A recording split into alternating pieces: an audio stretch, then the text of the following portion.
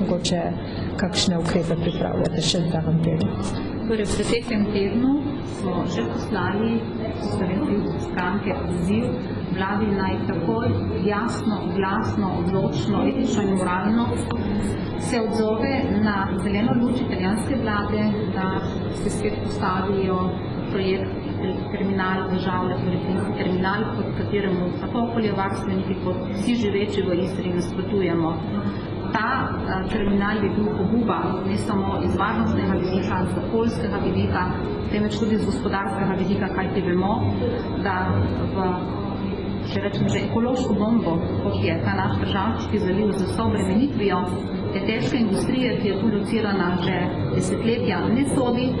Zato podpiramo tudi namero in prizadevanja našega evropskega poslanca Bogoviča, da si prizadeva v okviru delovnih skupin, da se tak terminal umesti na Krk.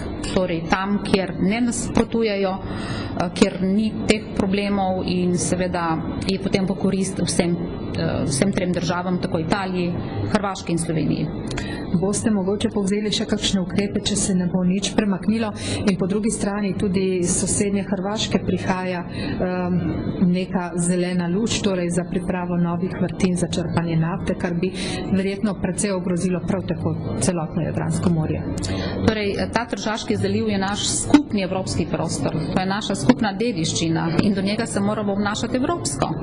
Ne z lokalnimi, lobističnimi, kapitalističnimi interesi. Žal ne gre in kot sem rekel, okoljevarstveniki smo na nogah.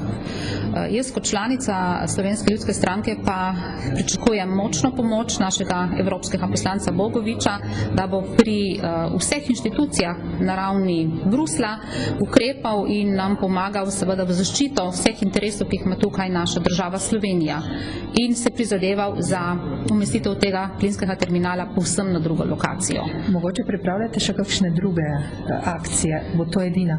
Torej, Alpia Adria Green, katere sem tudi članica, torej ta okoljevarstvena organizacija, v okviru te se pripravljamo tudi na nadaljnje obveščanje seveda javnosti in medijev o tem, na nove peticije, proteste. Uporabili bomo praktično vse, kar je možno, da se zoperstavimo tako, kot smo se že v zadnjih 10 letih zoper ta, če rečem, to pošast. Okay. Hvala.